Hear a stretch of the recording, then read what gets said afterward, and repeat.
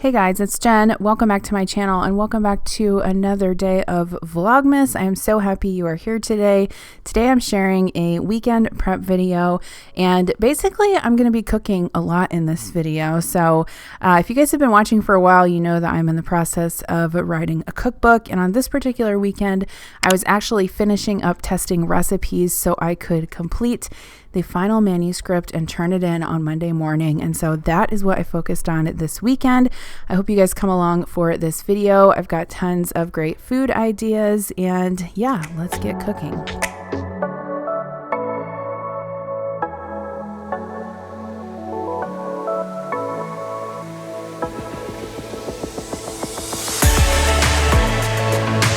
So you guys saw me making breakfast this morning. I made bacon and eggs and some hash browns, and I have to give a shout out to one of my previous co-workers for the bacon.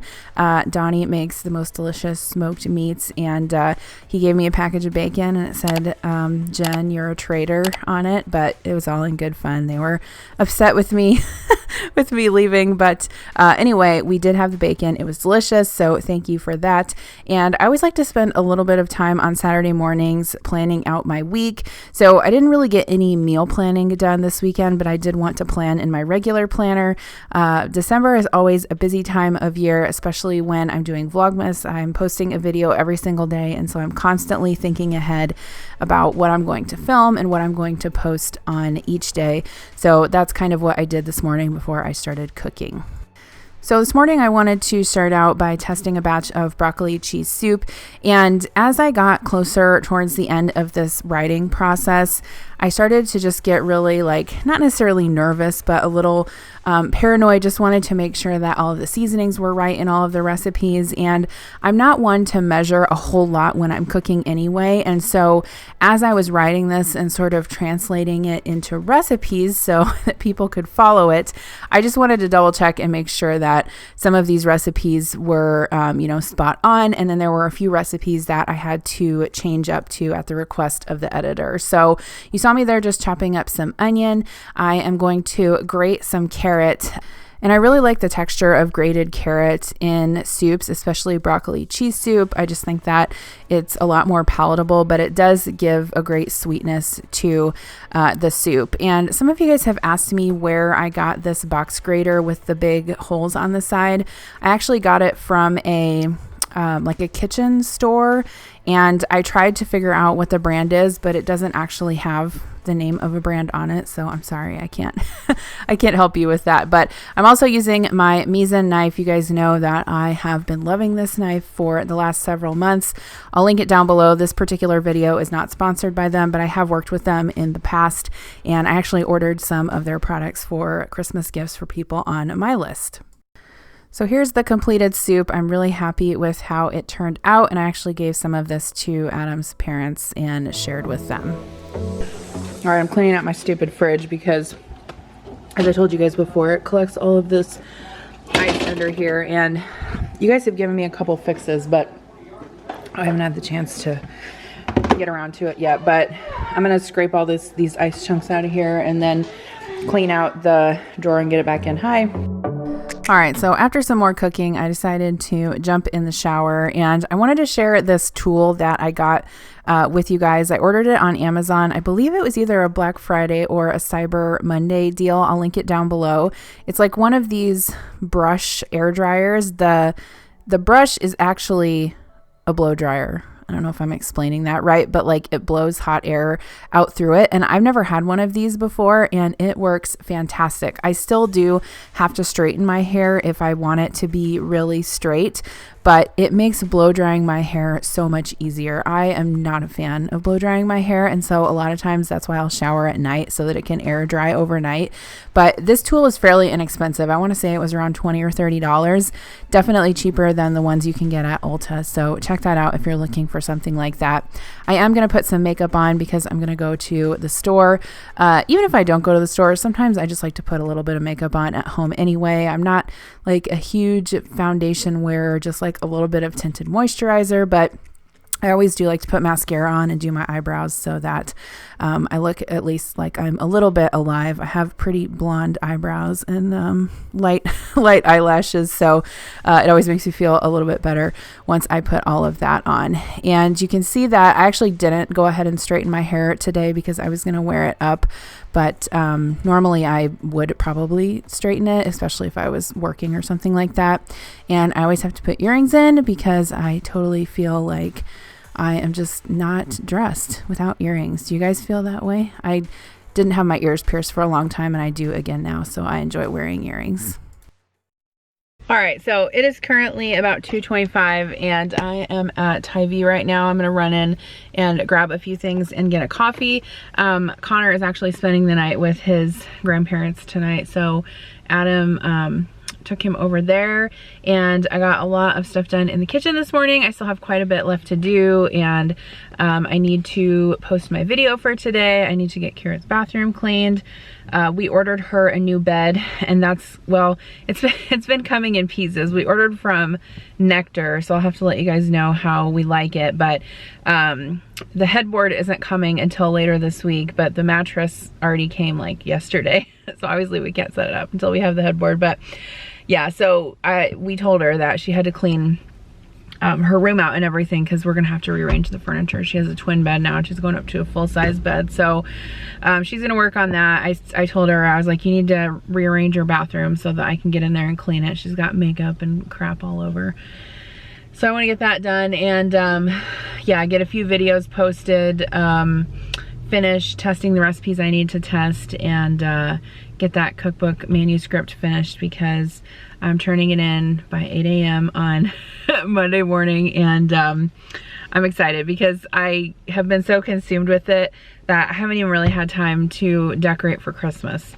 I still need to take the Christmas tree upstairs and all that, so I still don't know if I'm gonna get that done this weekend, but I don't know, we'll see. Okay, so it is now about 4:45 and I've spent probably an hour and a half up here in my office getting today's Vlogmas video posted, and I also had a bunch of stuff to do on the computer. I am the most terrible person about keeping up with my inbox. I am the person who, if you look at my notifications on my phone, like I literally have 70,135 emails.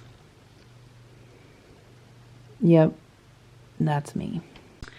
Anyway, I'm terrible with keeping up with my inbox.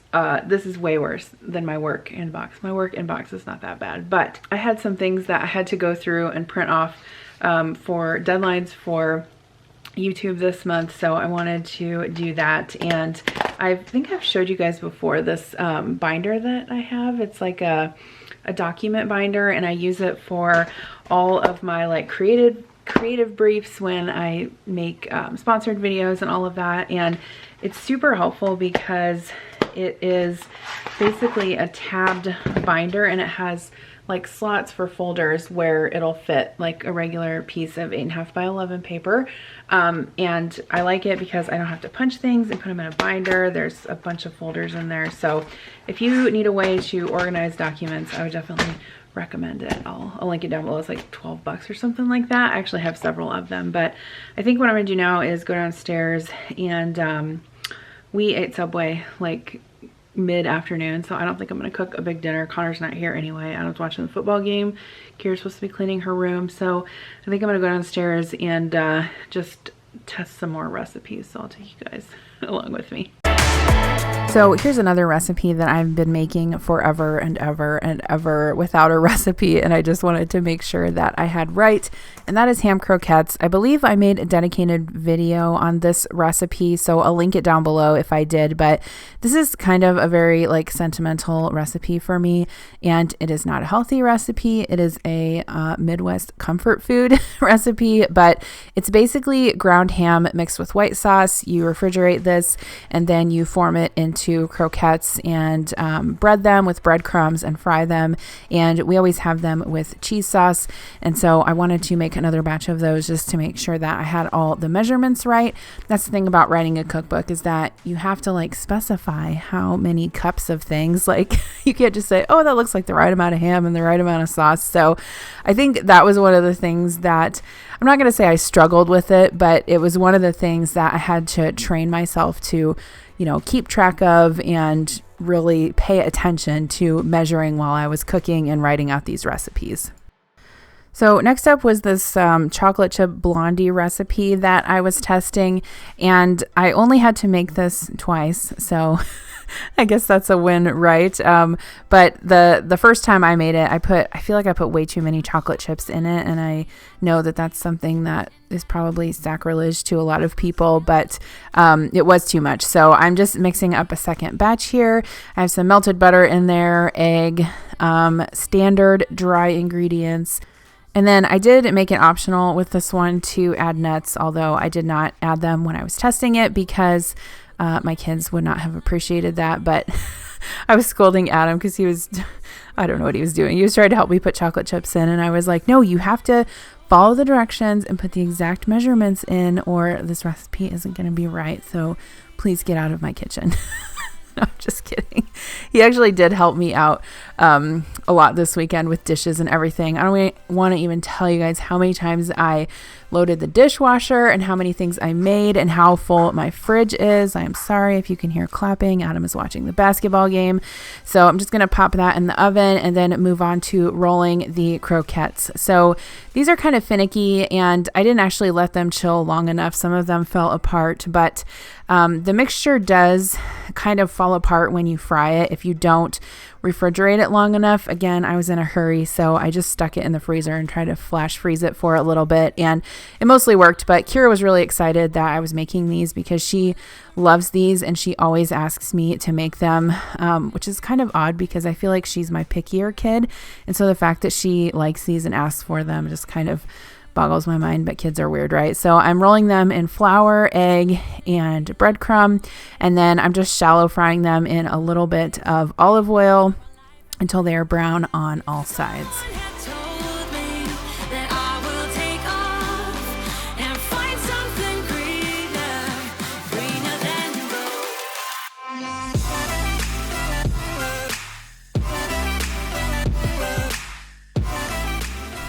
So I was trying to be really careful at turning these over just because I didn't want them to break apart, but I drained them on some paper towels, put a little bit of cheese sauce on top, and Adam and Kira enjoyed those, and I had a couple as well. I was cooking so much this weekend that I didn't even plan any meals. Basically, we just kind of ate a bunch of things that I cooked, and these are how those chewy chocolate chip blondies turned out. Really good. These would be really good with a scoop of vanilla ice cream. Yum. I can't wait to get this cookbook in you guys' hands. It has been very much a labor of love, and it's sort of surreal, the process, seeing it go from, scratch paper to a Word document and then someday a printed book. I'm just super excited, and it's been an awesome learning process for me.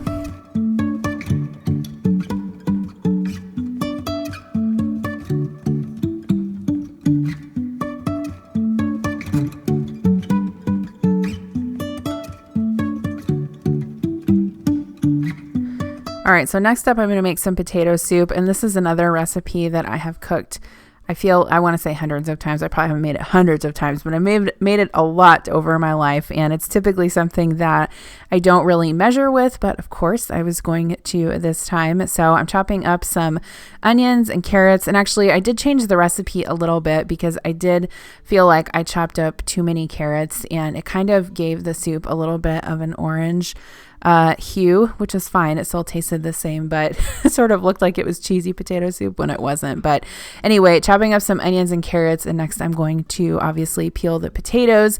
This is another thing that I, don't normally write this kind of stuff down, just because I kind of look and I say, oh, that looks like enough, and then, put it in the pot. But I found out that for this particular batch, 4 medium-sized russet potatoes was about the right amount. So I peel these, and then I just just rinse them off and chop them into cubes. I am so sorry if you guys can hear Adam clapping. I need to get up and shut the door. I don't know. I feel like there's an Iowa basketball game on or something like that. And again, it's Vlogmas, you guys, and I'm trying to get this video out to you tonight. So please, please forgive me. So when I cut up potatoes, and I've actually learned this kind of over time as I've cooked more and more, and you've probably heard me say this before, but when I make soups, I like to make sure that I cut everything into like reasonably small chunks so that when you eat the soup that you're not getting like huge chunks of veggies on your spoon, and you can kind of get a mix of all the things in the soup at one time. So I try to cut them probably about 3/4 of an inch, and then try to make them all as even in size as I can.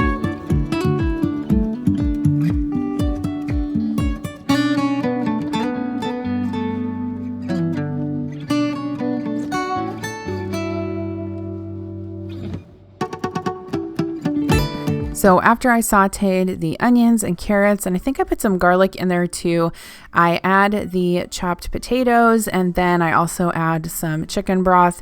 You could also use water if you wanted to, and then just add extra seasoning, but I prefer to use chicken stock or chicken broth. I like to keep the Knorr, like the chicken bouillon granules in my cupboard. I keep the chicken and the beef ones. I find that that's most convenient to make stock like quickly, and it doesn't take up much room in the cupboard like big boxes of broth would. So once that comes to a boil, I just simmer the potatoes until they're tender, and then I add milk and flour and seasonings until it tastes good. Next, I'm going to work on some cheese danishes. I cannot wait for you guys to try this recipe.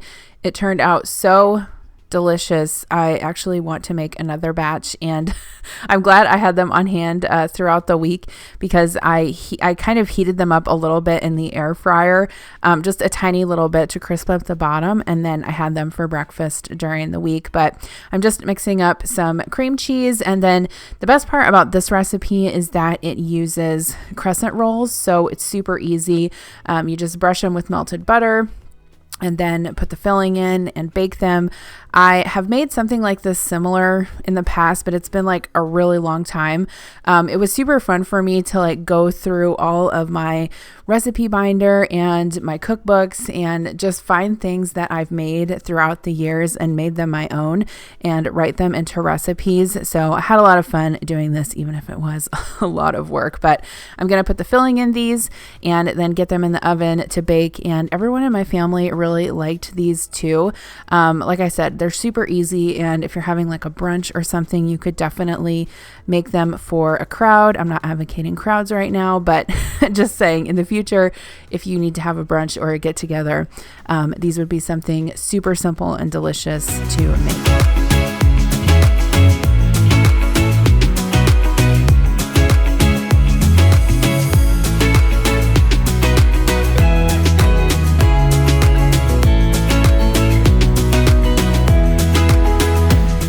Okay, so here was that potato soup. I put it into some containers and actually shared this with family because once again, I had way too much food and I was happy to share that with some people in our family so they could also share the wealth. Another recipe that I'm super excited for you guys to try is this focaccia recipe.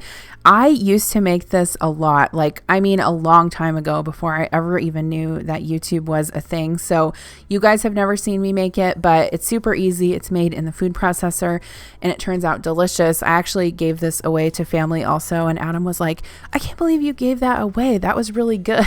I'm like, well, I can make more. It's very easy to make, but you basically make the dough in the food processor and then you turn it out onto the counter and you knead it. It doesn't actually take very long to rise either, really only about an hour, I think. And sometimes you can get away with faster if you turn the oven on and put it on top of the stove. The dough is a little bit sticky, but it comes together really well with some flour. And I want to know what you guys think about bread machines. So I was actually trying to send Adam my Christmas list last night, and I found a bread machine on, I think it was Crate & Barrel's website, and I actually put it on my Christmas list. I've always wanted one and I've just never had one, and they've been out of stock ever since March. So I don't know. I'm just curious to see if you guys have a bread maker and if you like it. But I set that aside with a tea towel on top to rise. And next, I'm going to make some grated carrot salad. I have been wanting to make a spin on this for a long time. And so I'm chopping up some onions, and I wanted to chop those really fine just because I don't really like huge chunks of onion, especially in a raw salad. And then I also toasted up some walnuts, and I'm going to get those chopped up. One of the unique things about this cookbook, and I'm going to wait on sharing too many details until I get the green light, like from the marketing department, but the cookbook actually has a set list of ingredients, and then all of the things in the cookbook are made from those ingredients. So that was another unique challenge with this cookbook, is that some of the recipes I had to modify just by virtue of not being able to include certain ingredients, which was actually fun for me. It was a good challenge, and I'm really happy with how the recipes turned out. So again, I'm excited for you guys to get your hands on it. Okay, so here is the completed salad. This turned out so good. I was actually really glad to have this in the refrigerator this week because I've been eating it for lunches. I love prepping salads like this that are hearty and that can hold up in the fridge. And I definitely need to do more of that. Even with working from home more now, it's still really important, I'm finding, to have stuff prepped in the refrigerator that you can pull out quickly and eat. Just because, even when you're working from home, you don't necessarily have the time to just make an involved lunch. So here is that focaccia dough. It rose up really well. I'm just going to gently punch it down and then let that rest for another few minutes. And this recipe actually is baked in a pie plate, which is super interesting, I think. And it is something that probably a lot of people have on hand, so it's super easy. If you had a skillet, like a cast iron skillet or an oven safe skillet, you could totally do it in that too. So the thing with focaccia is you want to kind of dimple it a little bit on the top, and then that way when you drizzle the olive oil on the top, it kind of has a place to settle. And focaccia is one of those things that you can put different toppings on. So if you wanted to put like sun-dried tomatoes or feta cheese or olives or something like that, you could totally do that. I kept this one pretty simple with just olive oil and some seasonings and some salt, but I'm going to get that into the oven. And then here's what it looked like when it came out. It turned out delicious, really soft and fluffy on the inside. Hey guys, good Sunday morning. I just wanted to check in with you. I feel like all I did was cook yesterday and adjust recipes, but that is fine. That's what we're doing this weekend. That's the priority. I want to tell you guys, I forgot last night, if you see these in the grocery store, the Pioneer Woman goat cheese bites, they are fabulous. I actually made some for myself for dinner last night along with a salad. They're really good. I can only find these at Hy-Vee, and they're like $6 a box. This is only the second time I've purchased them, but I would definitely recommend them. They're really good. So right now it's about 9:15. I'm going to see if Ellen wants to go maybe get coffee. Then I'm going to spend the rest of the day working on my computer, revising the cookbook manuscript, and testing a few more recipes. And I need to get Kira's shower cleaned too. So for a few of the recipes, I needed some rice, and I'm actually doing 2 pans of baked brown rice. I've been doing it this way recently because it's honestly, I think even maybe a little bit easier than doing it in the Instant Pot, and it turns out perfectly. So I'm just putting some brown rice in a 9x13 pan, covering it up with some salt and some butter and some boiling water, and then you cover that tightly and put it in the oven. It does take a little bit longer, so you do kind of have to plan ahead. But one of the recipes that I was making, I actually needed cold rice for, and so I wanted to go ahead and make 2 dishes of that. And then we're also using one of the dishes for meal prep for this week too. So I guess that was kind of a bonus of me doing all this cooking, is like by virtue of doing it, I did actually kind of meal prep some things without actually meaning to. Next up were some banana muffins, and this was another thing that I'm glad that I prepped.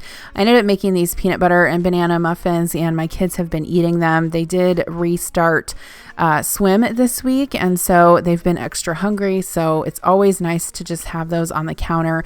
I a cake plate that I normally keep on the counter that I have baked goods in. And so these actually don't have too much sugar in them. So I feel pretty good about my kids having them for a snack. And they have mashed banana and peanut butter. And I did put a few little chocolate chips in there, but not a ton, just enough to kind of make them think that they're eating something sweet. Do you guys like my Thanksgiving paper plates? It's funny. I actually didn't. I forgot to get these out at Thanksgiving, and so I just found them in the cabinet a couple weeks ago, and I was like, oh, well, that's good. I forgot to use these, and I could have saved them for next Thanksgiving, but I also needed paper plates. I was out of those. So I'm adding the dry ingredients and mixing that up. I'm using my new Danish dough whisk, which I can't remember. One of you guys recommended it to me in the comments, and I'm really enjoying it. It works really well for thicker doughs like quick bread and muffins and things like that. So I'll link it down below. It's pretty inexpensive, and it's definitely a great tool to have in the kitchen. So like I said, I'm stirring in a little bit of chocolate chips, and then I'm just going to get these into muffin liners.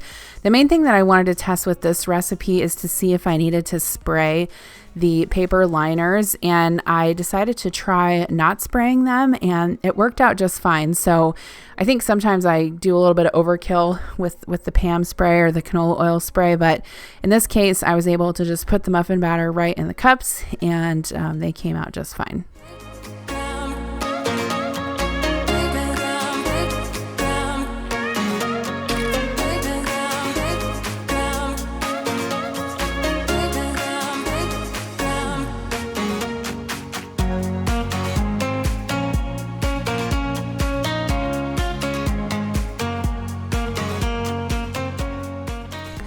Okay, so the next thing I made was some homemade enchiladas. I wanted to test them with both corn and flour tortillas with some homemade enchilada sauce, and these turned out really good. I actually prefer enchiladas with corn tortillas. Sometimes I find that the flour ones get a little bit soggy, but it also helps if you add less sauce to them. You can see that one flipped open there. So it was nice to have these meal prep too. I did bake some of them, but then I also left some of them unbaked, and we had those in the refrigerator, and Adam's been eating them for lunch. That tortilla was stubborn and it did not want to stay rolled up, but it does help if you, especially for corn tortillas, I usually wrap them in damp paper towels and microwave them, and then it helps them be a little bit more pliable. And then of course I added some extra shredded cheese on the top, and I did bake one of these up for lunch on this day and eat it. They turned out really good. So I usually bake my enchiladas covered with foil for the first 20 or 30 minutes, and then kind of remove the foil to let the cheese crisp up just a little bit. And I had just enough left for a few low carb tortillas. Adam's been trying to do more low carb lately, so I wanted him to have these for lunch during the week. Sometimes when I'm prepping things like this, I do prep them in these little glass meal prep containers. Those are oven safe, so you can individually prep them and then bake them throughout the week if you want to. Just an idea there if you want to prep individual meals.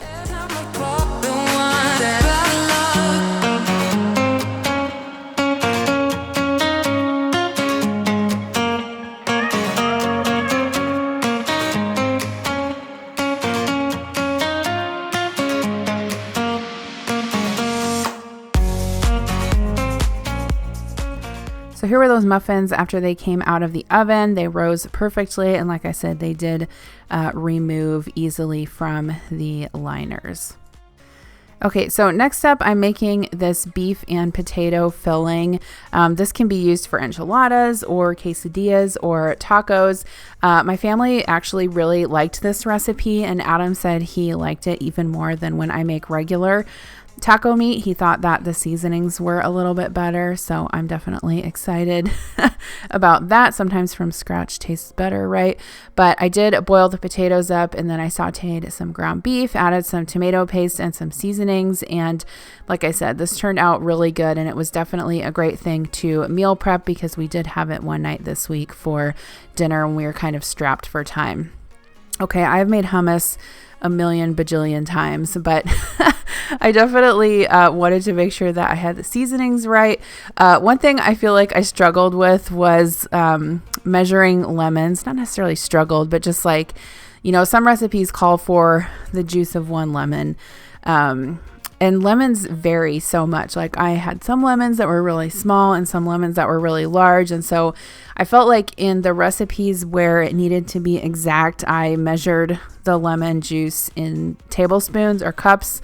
And then in the ones like, I feel like hummus, you can kind of just use your own judgment. And if your lemon is really big, maybe add half the lemon or something like that. But I feel like, that's something that I'm obviously nervous about because I want the recipes to to turn out. But I was also glad that I prepared this hummus because that made for a really good meal prep item. It's always something great to have in the fridge. I like to use it with veggies, naan bread or pita. And it's also really good mixed into like a Greek salad. Sometimes I'll do like a feta and Greek salad and then mix a dollop of hummus in as well.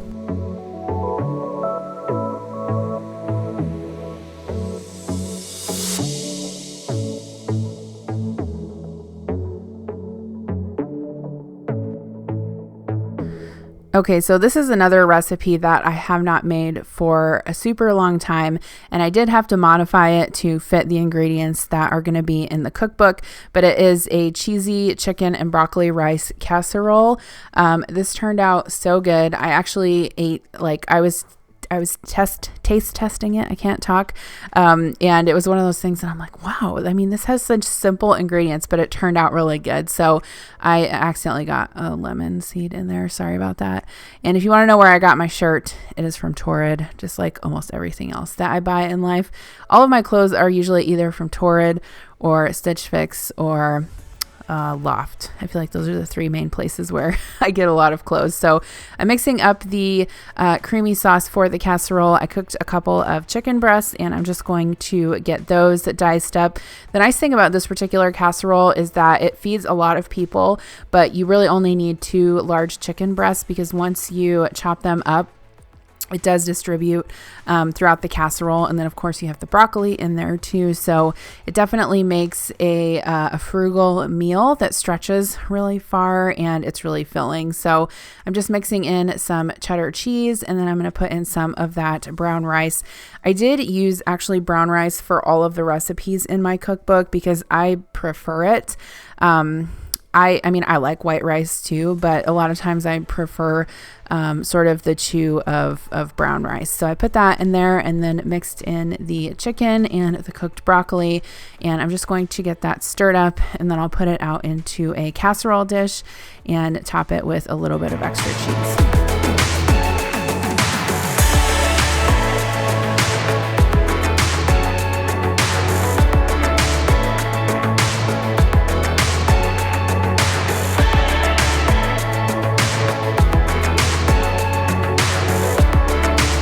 So every time I use this blue oval casserole dish, I get a lot of questions on where I got it.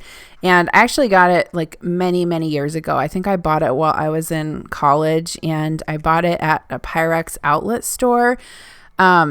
I don't even know if they still have that store. I should look, and if they have that, I should go because I feel like that's something I need to do is have more dishes in my life. I mean, not really, but I always like I always like more dishes. So I think now I'm getting ready to make some chicken salad. This is another thing you guys have seen me make a bajillion times. But again, I wanted to make sure that I had the seasonings right. And this was also a recipe that they had asked me to cut down on the ingredients on. So that was another thing with this cookbook, is that they didn't want like huge long ingredient lists, which I totally understand. So I did have to cut a few ingredients from it, and I just wanted to make sure that everything tasted okay. I do usually like to put some kind of nuts in my chicken salad. So sometimes I put almonds or pecans, but in this case I used walnuts and it turned out really good. Sometimes I put grapes in there, but I wanted to use craisins with this one, so I also put in some of those. And then I had some extra cooked chicken breast from the chicken breast that I cooked up for the salad. And then for the dressing, I always like to use part mayo and part sour cream. I just think that it gives it like a better flavor, but you could use Greek yogurt too. Here's that broccoli cheese casserole when it came out of the oven. So delicious. And then next I am going to get started on some coffee cake. Okay, so here is another recipe that I had to make multiple times. Baking is a different beast, right? You kind of have to do a little bit of trial and error. And this was a sour cream coffee cake that I wanted it to have like a cinnamon layer in the middle of it, but I also didn't want it to be so thick that it took a long time to bake. And so I was going back and forth between like the 8x8 casserole dish and the 9x13. And so in the end, I ended up writing the recipe for the 8x8 dish because I figured if people want it for a larger crowd, they can just double it and put it in a 9x13. And then I also was going back and forth about whether I should put nuts in it. And in the end, I decided not to. So now you can just basically hear my process of me waffling back and forth over writing these recipes. Okay, so I think this is the last thing I'm going to show you guys. At this point, it was getting a little bit late in the day and I was tired of being on my feet and tired of making a mess out of my kitchen. But my kids really like these. And again, this is one thing that I haven't made for a while. I don't think I've ever made it on my channel before, but these are basically pepperoni rolls with crescent rolls, and they're super easy and really good to make. And it works out better if you can find the crescent roll sheets like that aren't cut into triangles. Those are really hard for me to find around here. I'm not sure why that is, but they don't always have them at all my grocery stores. So I'm spreading some homemade marinara sauce onto the dough. That's also going to be another recipe in the cookbook. And then these are super customizable. You can put any kinds of toppings on them. I just kept these simple with cheese and pepperoni because again, I was making them for my kids, but you could put in, like olives, peppers, mushrooms. It would also be really good. I've never done this before, but now that I'm talking about it, I feel like I want to. You could make these with Alfredo sauce and chicken or spinach or something like that. That would be really good too.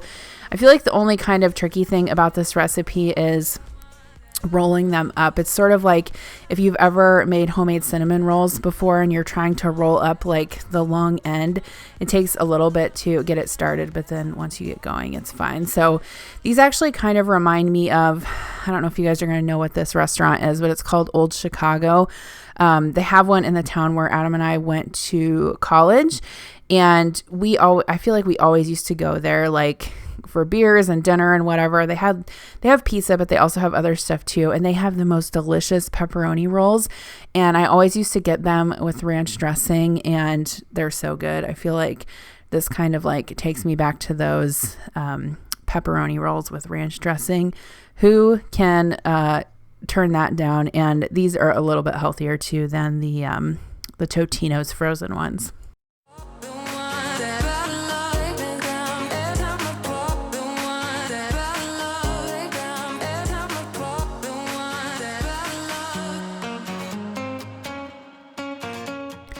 It does help when you're making these to have a super sharp knife to be able to cut through the dough without tearing them apart, but you can get 12 out of one batch. So I'm just going to pop these in the oven to bake. You can probably see the mess that my stovetop is. And look, I'm so tired. I tried to put it on the same rack as the coffee cake.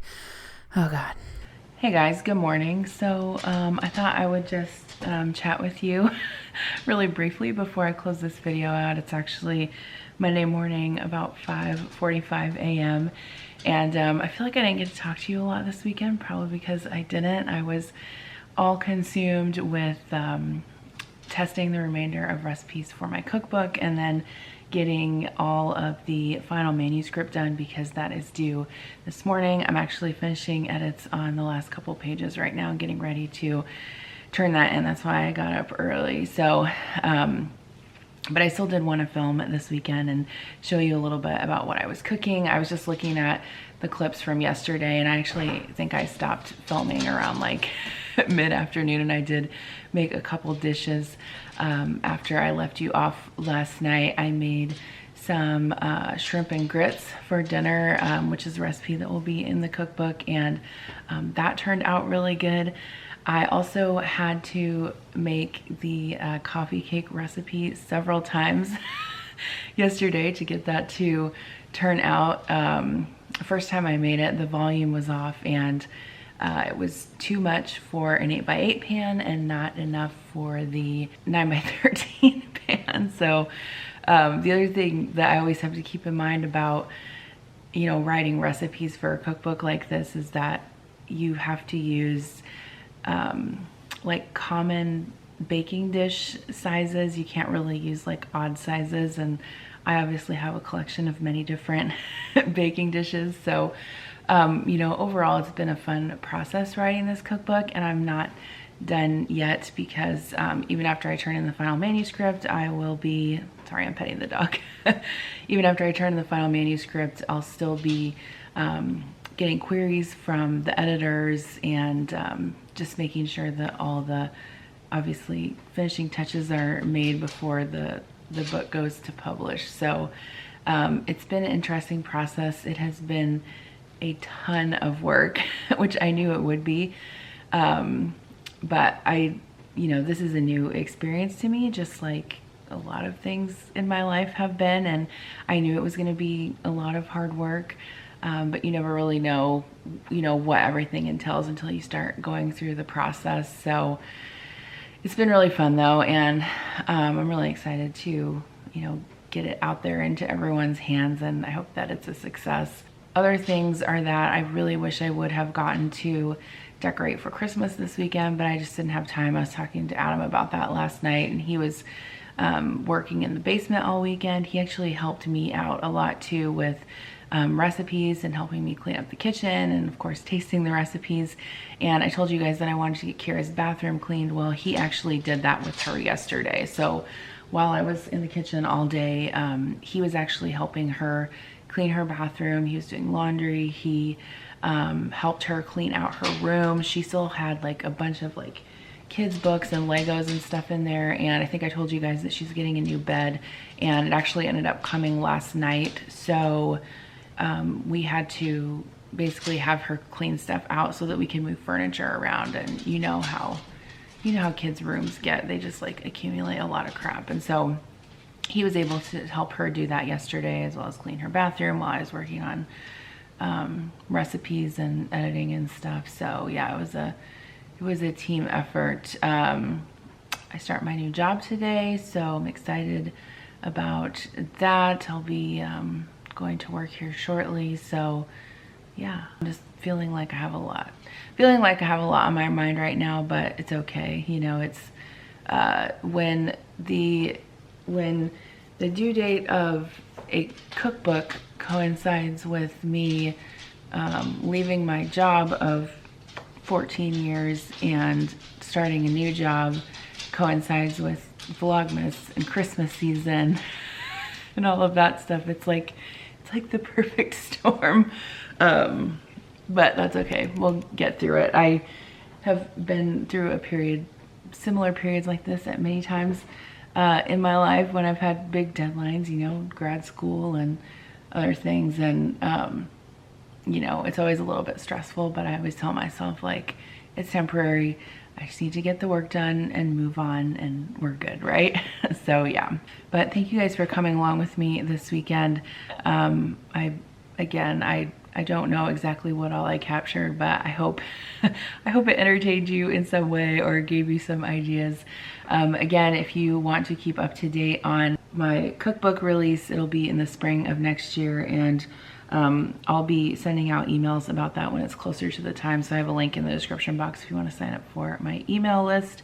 Other than that, I think I'm going to leave you here, and I will see you tomorrow for another day of Vlogmas. Bye.